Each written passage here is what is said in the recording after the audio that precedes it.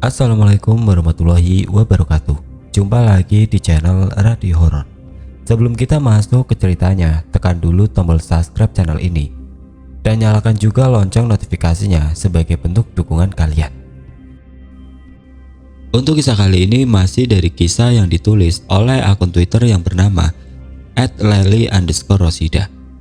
Dan untuk kisah yang akan saya bawakan kali ini, yaitu kisah yang berjudul Mayat di Dalam Toilet. Dan bagi teman-teman yang ingin membaca langsung ceritanya, nanti kunjungi saja linknya yang akan saya cantumkan di kolom deskripsi.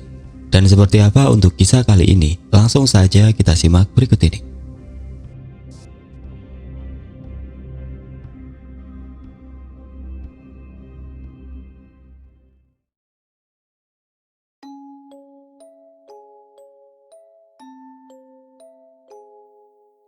Tiga orang sahabat SMA bernama Lydia, Dina, dan Asifa mempunyai sifat dan karakter yang berbeda-beda.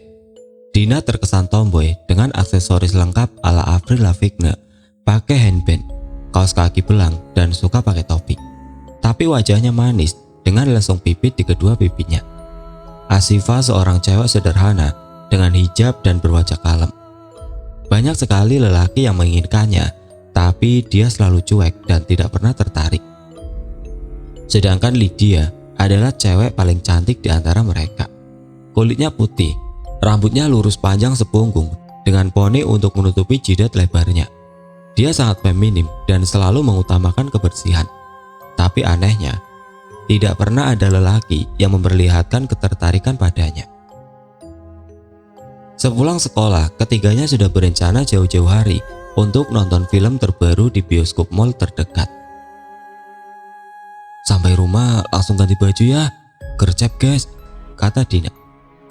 "Sholat dulu terus makan dulu lah, uang sakuku cuma sedikit, biar gak pakai makan di sana," jawab Asifa. Lydia pun berkata, "Udah, pokok tak tunggu di rumah, jam 2 tepat filmnya dimulai." Ketiganya lalu pulang ke rumah masing-masing dan segera bersiap ke rumah Lydia karena memang rumahnya yang paling dekat dengan mall tujuan. Hanya butuh setengah jam saja, keduanya sudah di rumah Lydia.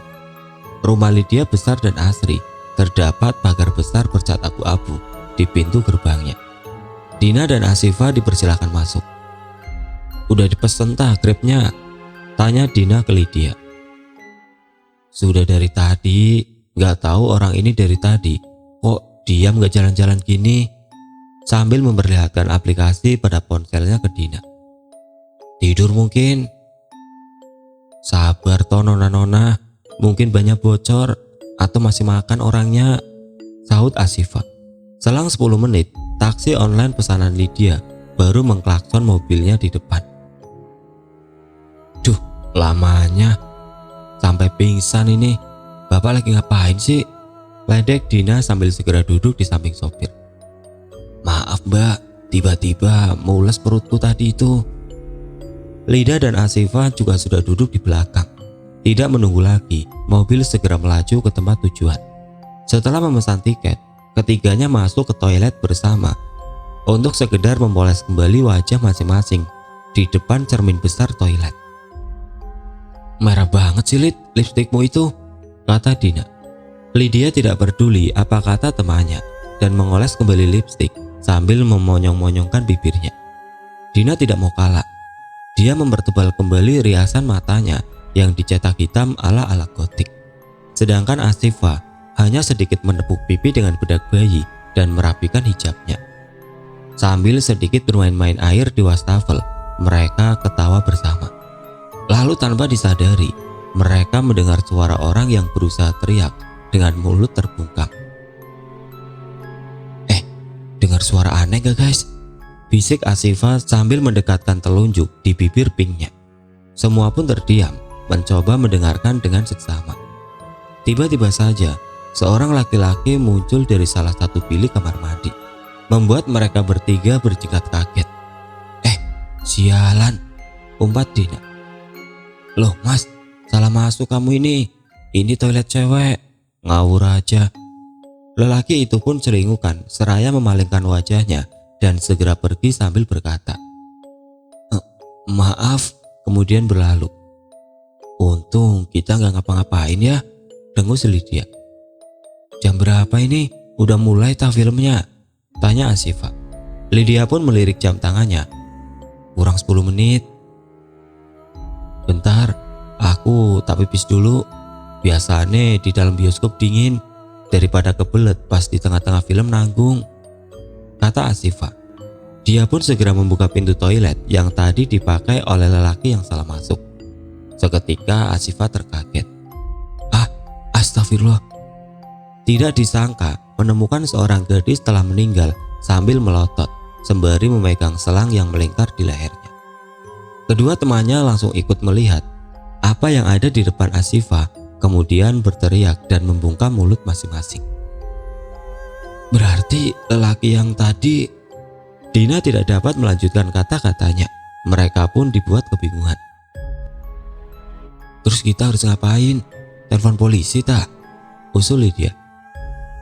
Gila apa kamu? Aku gak mau punya urusan sama polisi. Mending pura-pura gak tahu aja. Pasti panjang ini nanti. Sambil memegang jidatnya, Dina berucap demikian. Aku juga takut orang tuaku kepikiran, sahut Asifa. Kasihan loh guys mbaknya ini, kata Lydia sambil melirik mayat di depannya. Tidak ambil pusing, Dina pun segera pergi dari toilet, disusul Asifa. Loh guys, gak punya kasihan kalian itu, kata Lydia sambil setengah berteriak dan mengikuti kedua temannya keluar. Dina dan Asifa berjalan cepat sambil melihat sekeliling, takut ada yang melihatnya dan salah asumsi.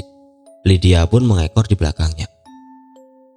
Ya Allah guys, gimana nasibnya mbak itu tadi? Dina langsung menyahut. Kalau kamu kasihan, ya urus aja sendiri, jangan ikut-ikutin aku. Karena takut, Lydia tidak berani berbuat apa-apa. Mereka pun masuk ke gedung bioskop dan segera duduk di kursi yang telah dipilih.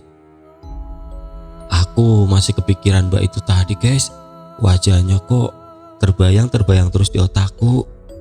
Dingin pula di sini. Jadi merinding gini, kata Asifa sambil memeluk dirinya sendiri. Ketika Lydia menoleh di samping kanannya, dia melihat lelaki di toilet tadi sedang duduk di kursi seberang mereka bertiga. Satu kursi di sebelahnya kosong, entah belum ada yang pesan atau orangnya tidak jadi nonton. Lydia berbisik kepada kedua temannya. Guys, orang itu tadi, ucap Lydia lirih sambil memberi isyarat dengan melirikan matanya ke ujung kanan. Dina yang duduk di tengah hanya sedikit melirik untuk memastikan. Udah bersikap biasa aja guys, seakan kita nggak ngerti apa-apa, biar orangnya nggak curiga, ujar Dina setengah berbisik. Film sudah sampai di pertengahan, tapi ketiga sahabat itu tidak fokus dengan apa yang mereka tonton karena kegelisahan masing-masing. Tiba-tiba Asifa tertarik untuk menoleh dan melihat seseorang di samping kiri lelaki itu. Perasaan tadi kursi itu kosong, kapan datangnya? Ucapnya dalam hati. Asifa berusaha memperjelas penglihatannya. Di sana ia melihat seorang wanita dengan kardigan pink dan rok selutut sedang fokus melihat film di depannya. Dia seperti pernah melihat wanita tersebut. Mencoba mengingatnya dan Asifa langsung memejamkan mata sambil membungkam mulutnya. Kenapa kamu ini? Wong film romance kok takut sendiri? Gak ada adegan serem-seremnya non, kata Dina ketus. Itu Din, mbak itu tadi, jawab Asifa sambil menunjuk kursi di seberang Lydia. Kedua temannya menoleh bersamaan dan mendapati kursi itu kosong. Lelaki yang duduk di sebelah kursi itu pun seketika menoleh melihat mereka bertiga. Ketiganya langsung membuang muka depan layar bioskop dan berusaha tenang meski detak jantung berdebar cepat.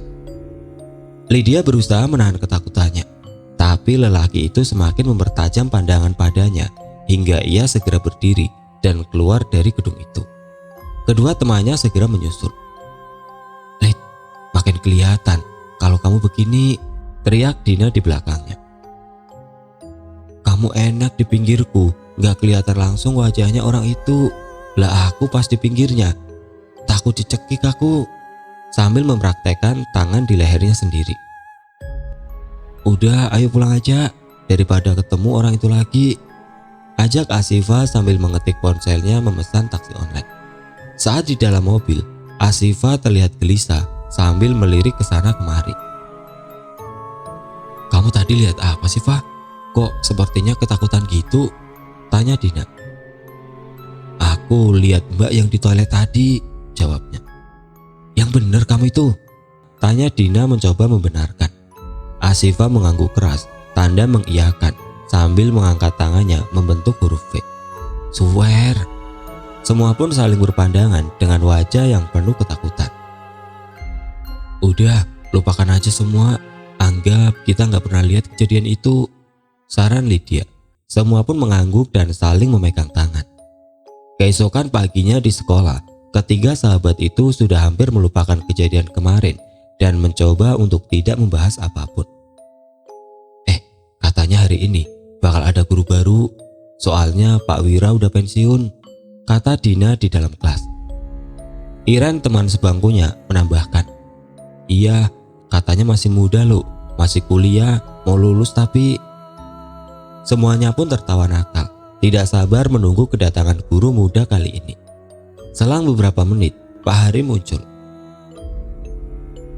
Pagi anak-anak, tanpa berbasa-basi kali ini, saya akan memperkenalkan guru pengganti Pak Wira, yakni Pak Anton. Silakan masuk, Pak. Dan betapa kagetnya ketiga gadis SMA ini saat melihat wajah lelaki yang masuk ke kelasnya adalah lelaki yang mereka takuti. Asifah langsung membungkam mulutnya dan melirik kedua temannya. Dina dan Lydia pun saling berpandangan. Udah, tenang aja, kata Lydia mencoba menenangkan. Tapi Asifah terus ketakutan dan ingin menangis. Nafasnya semakin memburu. Lydia yang duduk sebangku dengannya mengelus-ngelus pundak sahabatnya itu. Asifah, kenapa? Tanya Pak Hari. Enggak apa-apa, Pak, jawab Lydia. Pak Anton langsung memutar netranya melihat Asifah penuh selidik. Silakan Pak Anton, saya serahkan kelas ini kepada Bapak dan saya mohon pamit. Anak-anak, jangan nakal ya. Mari Pak, kata Pak Hari seraya meninggalkan kelas. Pelajaran pun dimulai dengan baik sampai jam istirahat tiba.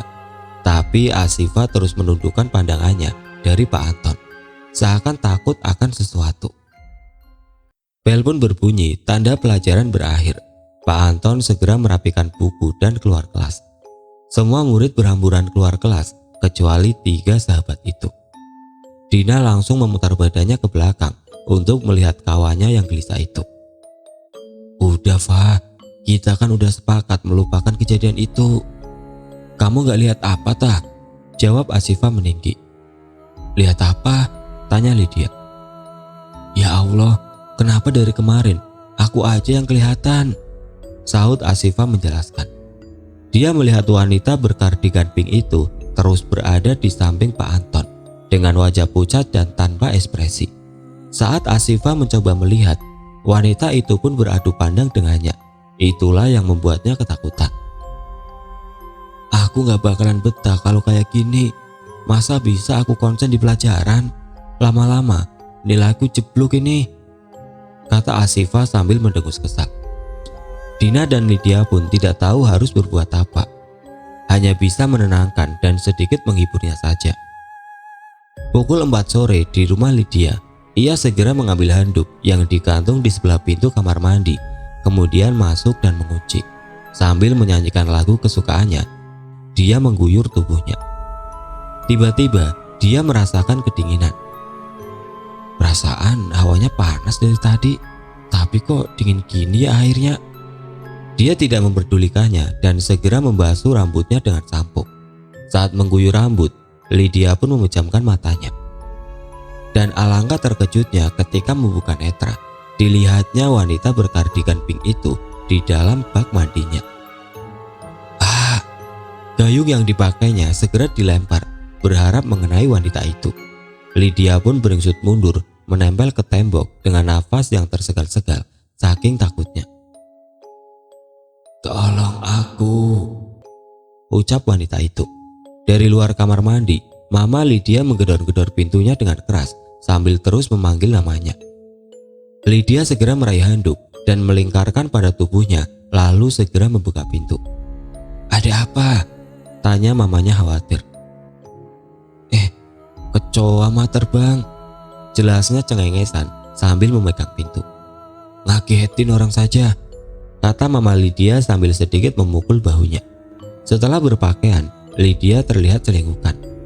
Takut bila wanita itu tiba-tiba muncul kembali. Semalaman ia tidak bisa tidur tenang, terkaget dan terbangun berulang kali. Bahkan ia tidak dapat merasakan nikmatnya memejamkan mata.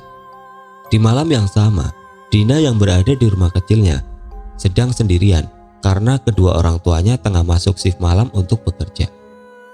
Hobinya adalah bermusik, memainkan senar gitar dan bernyanyi lagu-lagu Avril Lavigne idolanya. Dia memetik gitarnya di atas kasur ruang tengah yang sekaligus menjadi ruang tamunya.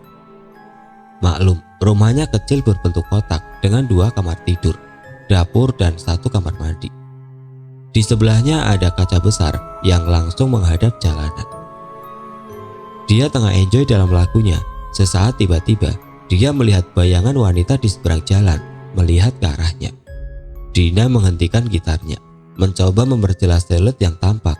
Ketika mobil melintas, bayangan itu pun menghilang. Dina mendekati kaca dan memutar bola matanya, menelisik sekeliling. "Tolong aku." Dina terpental jatuh terduduk, melihat wanita itu menempelkan wajah dan tangannya di kaca. "Ah!" Dina berteriak sekencang-kencangnya sambil menutup wajahnya. Dia semakin ketakutan saat merasakan bahunya disentuh sebuah tangan. "Jangan!" Dia tetap menutup wajahnya sambil menggoyang-goyangkan bahunya agar tangan itu menghilang. Kamu ini ngapain?" Dina pun menoleh mendengar suara yang ia kenal. Suara kakak lelakinya yang baru pulang kerja. Dia mengelus dadanya sambil mengembuskan nafas berat, seketika merasakan ketenangan. "Pindah ke kamar sana, aku mau tidur." Ruang tengah ini adalah kamar tidur kakaknya karena memang hanya ada 2 kamar di rumahnya. 1 untuk Dina dan 1 lagi untuk orang tuanya. Di perpus sekolah, pagi harinya mereka saling bercerita kejadian yang dialami masing-masing. Asifa tersenyum menyungking. "Kamu kok ketawa sih?" tanya Dina kesal. Asifa merasa puas karena sekarang bukan hanya dirinya yang diteror wanita itu. Dina merasa sangat menyesal karena tidak menolongnya saat itu. Mereka pun berpikir apa yang harus dilakukan saat ini karena wanita itu masih terus meminta pertolongan. Tanpa disadari, Pak Anton memperhatikan mereka bertiga. Dengan langkah santai, beliau menghampiri ketiganya. Serentak ketiganya menoleh bersamaan. Tidak ada yang bergerak, tubuh mereka berasa kaku untuk sementara. "Jam pelajaran udah mau mulai, kenapa kalian masih di sini?" Ketiganya masih bengong menatapnya. Kenapa kalian?" Asifa segera sadar dan berdiri, kemudian menarik kedua temannya dan berlalu. "Sumpah, tak pikir kita mau mati itu tadi," ujar Dina sambil setengah berlari menuju kelas. Tidak ada yang membalas ucapannya, hanya saling memandang seakan tahu pikiran masing-masing. Hari ini Asifa merasa beruntung karena sejak Pak Anton masuk kelas, arwah wanita itu tidak memperlihatkan intensitas padanya. "Anak-anak, untuk tugas akhir bab ini, saya mau adakan kerja kelompok masing-masing." Tugas kali ini adalah penelitian terhadap karya seni, bisa patung, lukisan, atau apapun. Karena Pak Anton adalah guru seni, di rumahnya banyak sekali beberapa koleksi karya seni. Untuk itu tugasnya akan dikerjakan secara bergiliran di rumah Pak Anton selepas pulang sekolah. Setelah memberi jadwal kepada murid di kelas, Pak Anton keluar kelas. "Are you ready guys?" tanya Dina sambil memakai topinya. Keduanya mengangguk bersamaan, menarik nafas sebentar dan segera melangkah menuju kediaman Pak Anton. Rumah joglo bercat coklat muda sudah nampak di depan mereka. Di depan pagar, mereka memandang penuh ngeri. Tidak ada yang berani memulai masuk. "Aku gak yakin guys, jadi apa enggak ini?" Tanya Lydia. Sambil menggigit selempang tasnya, Asyifa membalas, "Kalau enggak demi tugas sekolah, aku enggak bakal mau masuk neraka." Di dalam pagar, seorang ibu yang duduk di teras menyadari ada tamu di depan pagarnya. Kemudian melambaikan tangannya dan mengisyaratkan untuk masuk. Ketiganya hanya saling memandang, tapi sang ibu terus menyuruh mereka untuk masuk. Dengan berat hati, Dina membuka engsel pagar dan mempersilahkan kedua temannya melewatinya. Asyifa mendahului keduanya. Dengan setengah menunduk dan untuk menunjukkan rasa hormatnya, dia menyilangkan hijabnya. Kemudian mengucap salam. "Assalamualaikum. Ini saya sama teman-teman murid Pak Anton, Bu. Ada tugas ke sini. Pak Anton ada." Tanpa berdiri dari duduknya, wanita parubaya yang memakai gamis batik coklat itu menaruh cangkir teh di meja sebelahnya. "Waalaikumsalam. Saya Bu Asti, ibunya Pak Anton. Sudah tahu kok kalau bakal ada tamu, tapi Pak Anton belum pulang. Mari ikut Ibu," jelasnya sambil berjalan di samping rumahnya. Asyifa terlihat ragu. Dina meliriknya dan mengisyaratkan untuk mengikuti Bu Asti. Mereka diajak ke sebuah ruangan di mana terdapat banyak sekali barang-barang bernilai seni di dalamnya. Ketiganya mengamati semua barang-barang yang ada. Dindingnya penuh dengan lukisan abstrak. Beberapa penghargaan dan piala. Ada beberapa patung juga di pojok-pojok ruangan. Tapi yang paling membuat mereka penasaran adalah bingkai-bingkai foto di atas meja. Lydia mengambil salah satu foto di atas meja dan menunjukkan kepada Bu Asti. "Bu, ini siapa?" Wanita itu melirik bingkai di tangan Dina. "Oh, itu adiknya Anton, namanya Nisa." Garis bibirnya tiba-tiba menurun, menyiratkan sebuah kesedihan. Asyifa memberanikan diri untuk bertanya, "Maaf Bu, ada apa?" Bu Asti terlihat cemas, kemudian Lydia langsung berinisiatif mengambilkan kursi untuknya. Bu Asti segera duduk dan menutup matanya seakan menahan air matanya. "Nisa hilang, udah 2 minggu yang lalu. Saya udah minta tolong polisi, tanya teman-temannya, tapi sampai sekarang belum ada kabarnya." Ketiganya semakin penasaran dan mencoba untuk menguliknya. Sambil menyibakkan rambut panjangnya ke belakang, Lydia bertanya, "Mbak Nisa sama Pak Anton deket banget ya Bu?"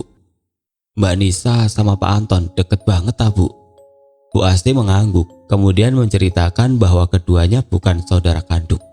Anton diangkat menjadi anak saat berusia 10 tahun, dan saat itu Nisa berusia 7 tahun.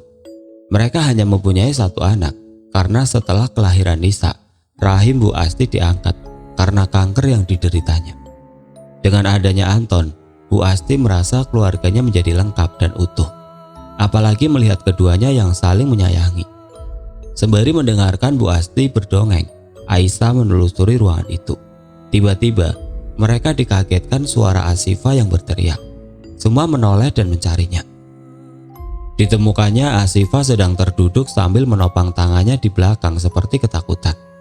Asyifa langsung menunjuk sebuah patung di depannya. Dina dan Lydia tercengang, membuka mulutnya, melihat penampakan patung yang mirip dengan Mbak Nisa dengan pakaian lengkap saat terakhir mereka melihat di toilet. "Ini patungnya Nisa," katanya Anton, "buat mengenang dia, biar ibu bisa lihat tiap hari," kata Bu Asti sambil mengusap-ngusap wajah patung itu. Asyifa dibantu kedua temannya berdiri. Entah melihat patung itu seakan melihat Nisa hidup. Ketiganya bergidik ngeri saat berpelukan. Ketiganya bergidik ngeri saling berpelukan. Belum hilang rasa kaget, mereka dikejutkan kembali oleh kedatangan Pak Anton di belakang mereka. "Udah lama tak nunggunya." "Ah?" Ketiganya tersentak kaget sambil mengelus dada masing-masing. "Ngagetin hai Ton," kata Bu Asti. "Ya udah, kalau gitu tak tinggal masuk rumah aja ya. Kamu udah datang." Mereka masih takut saling berpelukan sambil menatap Pak Anton. "Kenapa lihat saya seperti itu?" Seketika mereka segera melepaskan tangan masing-masing. "Silahkan dilihat-lihat, mau pilih yang mana buat tugas kalian. Tak ambilkan minum sebentar, sepertinya kalian sedang shock." Anggukan secara bersama menutup pertemuan tiba-tiba itu. Dina mendengus kesal. Kok bisa ya orang itu santai setelah membunuh orang? Terus emangnya nggak ada tahu mayatnya tah setelah kita? Kok sampai sekarang Mbak Nisa belum ketemu? Aku nggak mau mikir terlalu dalam, takut Pak Anton curiga sama kita, kata Asifah. Bu Asti menghampiri lagi ke ruangan itu. Bertepatan dengannya, Pak Anton membawa baki isi minuman untuk ketiganya. Ton, ibu pamit. 3 hari mungkin ibu pulang. Ajenge teng pundi bu? Saud Dina. Bu Asti tersenyum. Mau ke budenya Anton, Mbak Sari, kakakku.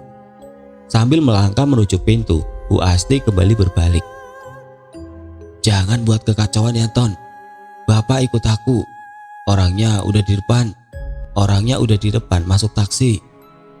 Pak Anton mengangguk dan tersenyum ke ibunya. Terlihat begitu tampan dengan kumis tipis melingkar di atas bibirnya. Rambut disingkar ke belakang, menambah kesan maco dan seksi. Lydia terperangah, pipinya memerah semu karena terpesona. Ketakutan itu seakan sirna sekejap saja. Senyum-senyum sendiri, gila tah? Sambil menyenggol bahunya ke tubuh Lydia, Asifah menggoda. Dina pun menambahkan, awas tertarik, gak takut nasibmu kayak Mbak Nisa tah? Lydia memutar bola matanya sembari menghembuskan nafas, kemudian berbisik, wajarlah guys, aku wanita normal loh. Pak Anton menghampiri ketiganya dan menyodorkan minuman, kemudian tersenyum. Silakan, aku tunggu di meja depan ya. Kalau ada yang ditanyakan, monggo saya bantu. Semua mengangguk. Lydia hampir tidak mengedipkan mata saat menatap Pak Anton tersenyum. Benar-benar idaman pikirnya. Kedua temannya tersenyum menggoda, seakan tahu isi pikiran Lydia. Ngapain senyum?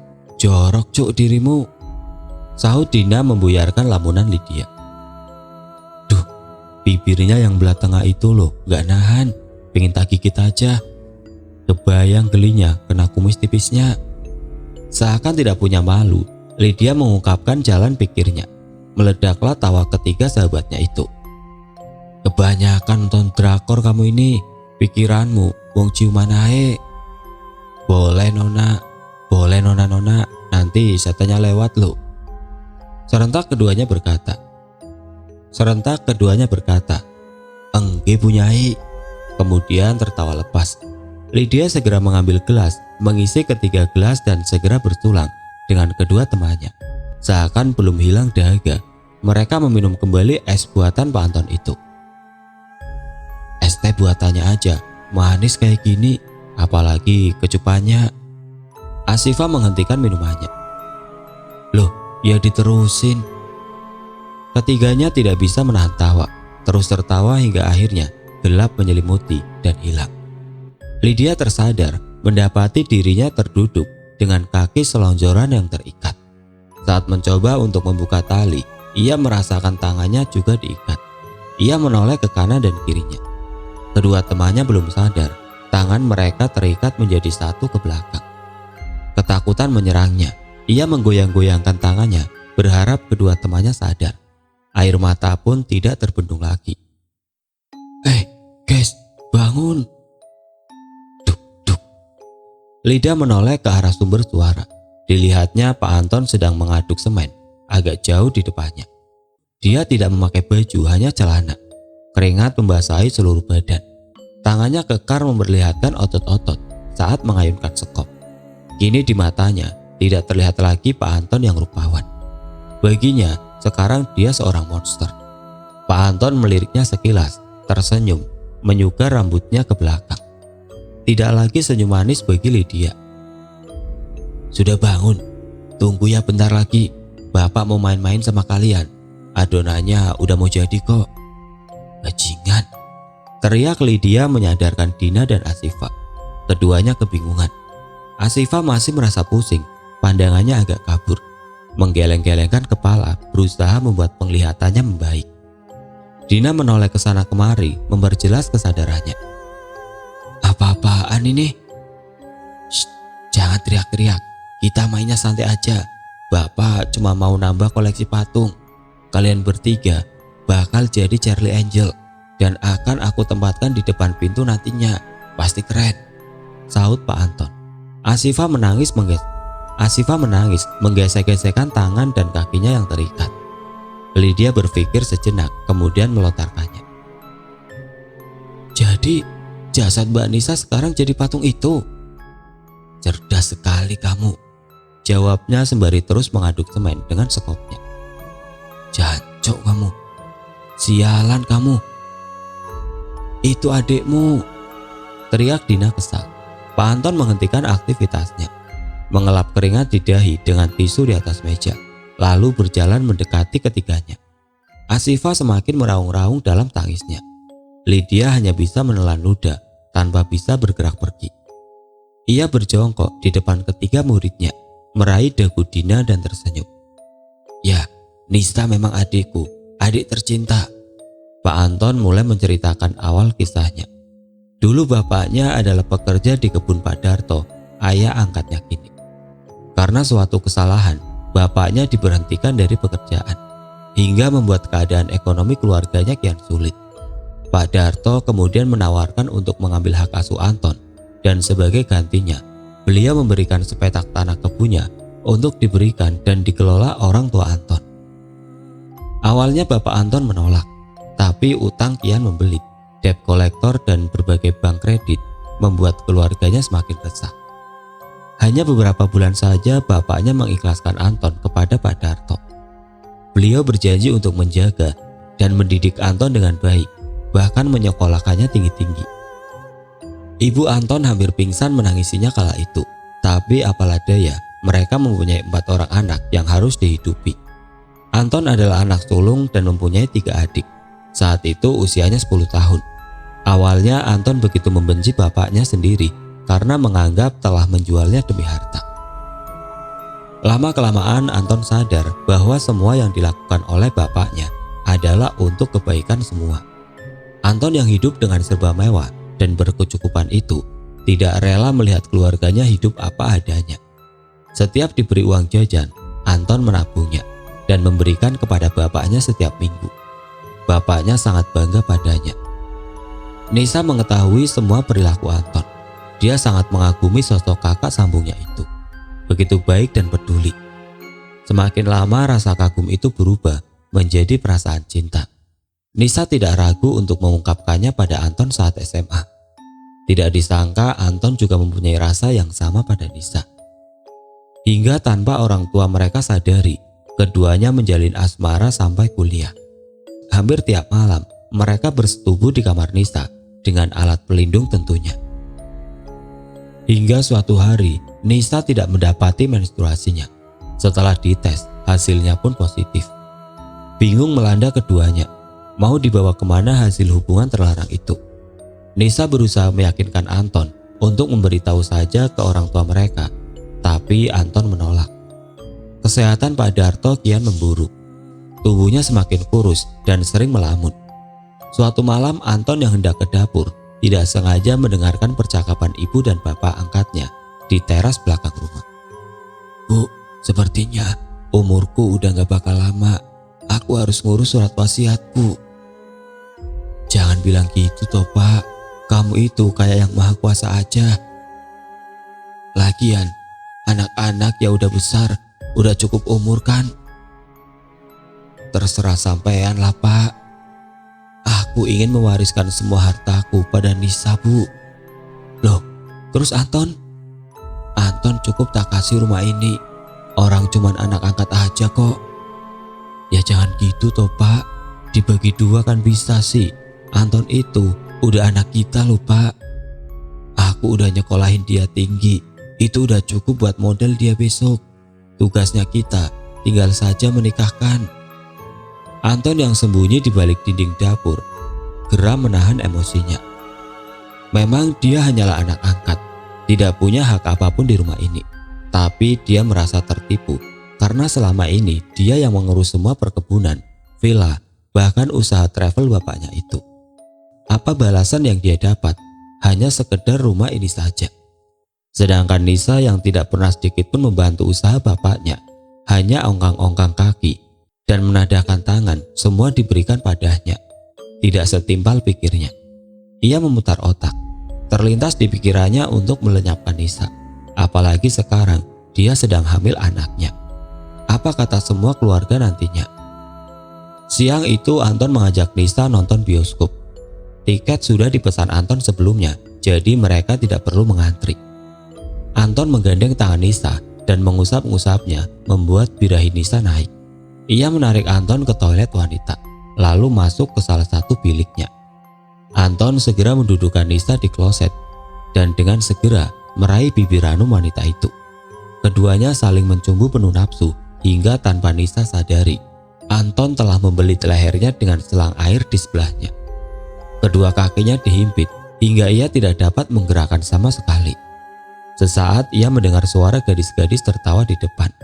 Ia berusaha teriak dan menarik selang yang melingkar di lehernya. Tapi apalah daya, kerongkongan sudah keluh, tidak lagi mengeluarkan suara. Hanya ratapan memelas untuk Anton di pangkuannya yang bisa ia berikan.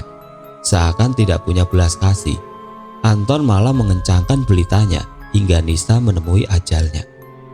Anton berusaha diam di dalam bilik sembari menunggu gadis-gadis di depan keluar. Tapi semakin lama, ia tidak tahan melihat wajah mayat Nisa yang melotot di hadapannya. Takut, resah dan bingung, ia rasakan. Tidak bisa menahan lagi. Anton dengan keras membuka pintu bilik dan mendapati 3 gadis di depannya. Ada yang mengumpat kaget. Anton bingung celingukan. Sial. Loh mas, salah masuk. Iki toilet cewek. Keringatnya mengucur, takut bila mereka bakal lapor polisi. Ternyata dugaannya salah. Mereka meninggalkan Nisa begitu saja. Sejenak ia berpikir apa yang harus dilakukan. Lalu ia melihat seorang cleaning service masuk ke sebuah ruangan. Anton mengikutinya dengan segera. Di sana ia menemukan banyak seragam. Diambilnya satu dan dikenakan segera. Dengan sigap mengambil kantong plastik hitam besar dan membawanya ke toilet. Ia beruntung karena saat itu bioskop akan segera dimulai dan orang-orang sudah berjubel di depan pintu untuk mengantri masuk. Dimasukkannya mayat Nisa dalam kantong kemudian dibopong keluar. Ia berpura-pura mendekati bak sampah. Beruntung pula mobilnya diparkir dekat bak itu. Dengan awas dan hati-hati sambil mengawasi keadaan sekitar, Anton menyembunyikannya dalam bagasi mobil. Setelahnya ia kembali masuk ke gedung bioskop dengan sikap setenang mungkin dan duduk dengan santai. Sudah paham, katanya pada ketiga gadis di depannya. Kumohon lepaskan kami akan tutup mulut selamanya, aku janji, pinta Asifa memelas. Dina yang berada di depan Anton menatapnya tajam penuh amarah. Pembunuh, kau bukan hanya membunuh Mbak Nisa, tapi juga darah dagingmu sendiri. Manusia macam apa kau ini? Anton berdiri mendekati patung Nisa, kemudian mengelus perutnya. Aku sudah mengabadikannya, dan ini akan menjadi kenangan terindah bagiku. Kami gak ada hubungannya dengan ini. Sekarang, lepaskan kami, bentak Lydia. Anton menoleh, kemudian mendekati Lydia. Kau sungguh mirip dengan Nisa. Rambutnya sambil membelai rambut Lydia. Kulitnya mengusap kulit tangan Lydia. Dan bibirnya menggenggam wajah Lydia dan mendekatkan pada wajahnya. Lydia melotot menahan ketakutannya. Tanpa disangka, Lydia meludahi wajah Anton. Anton kaget, sesaat kemudian mengelum bibir Lydia dengan ganas. Lydia mengerang sambil menggoyang-goyangkan badannya. Lepaskan, sial, umpat Dina di sebelahnya. Pembunuh, pedofil, bajingan, Asifa menambahkan sambil berusaha mendekatkan kaki untuk menendang gurunya itu. Belum sempat menendang, Anton melepaskan wajah Lydia. Asifa pun diam menatapnya. Terdengar suara langkah kaki mendekat. Anton seperti tidak mendengarnya. Ia berucap, "Ya, aku memang pembunuh. Nisa dan bayinya adalah korban pertamaku, dan kalian akan jadi korban berikutnya." Ia mengambil pena di saku celananya, kemudian menggores keras pipi Asifa hingga meneteskan darah segar. "Ah!" teriak Asifa.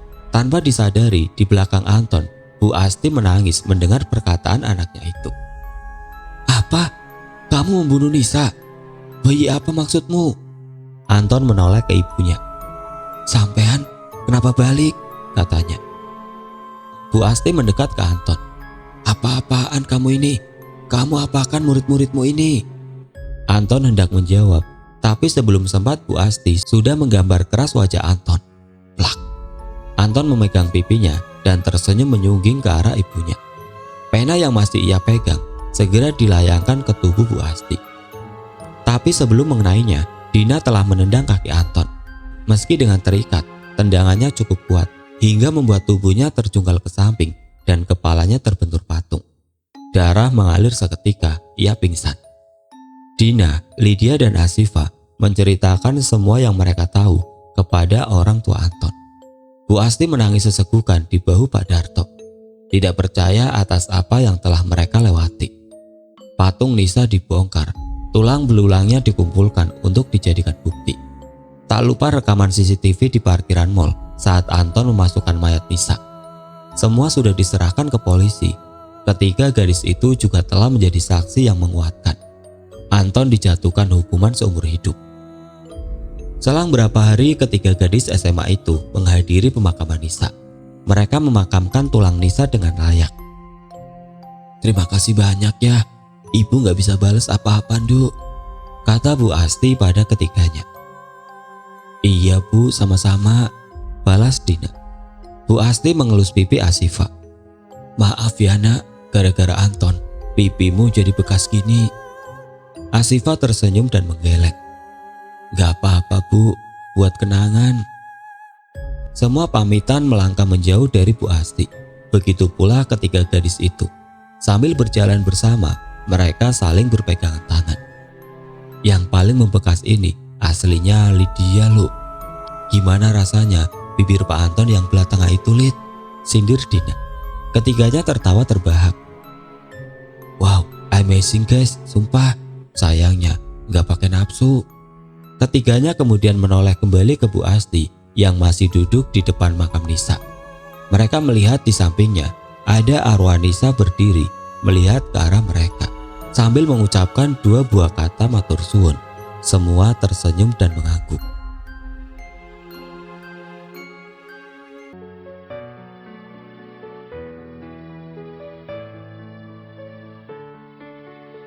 Dan sekian untuk cerita kali ini. Bagaimana menurut kalian tentang kisah ini? Tulis komentar kalian di kolom komentar. Dan bagi teman-teman yang baru bergabung, jangan lupa untuk like, komen, share, serta subscribe channel ini. Dan nantikan kisah-kisah horor berikutnya tetap di channel Radio Horor. Wassalamualaikum warahmatullahi wabarakatuh.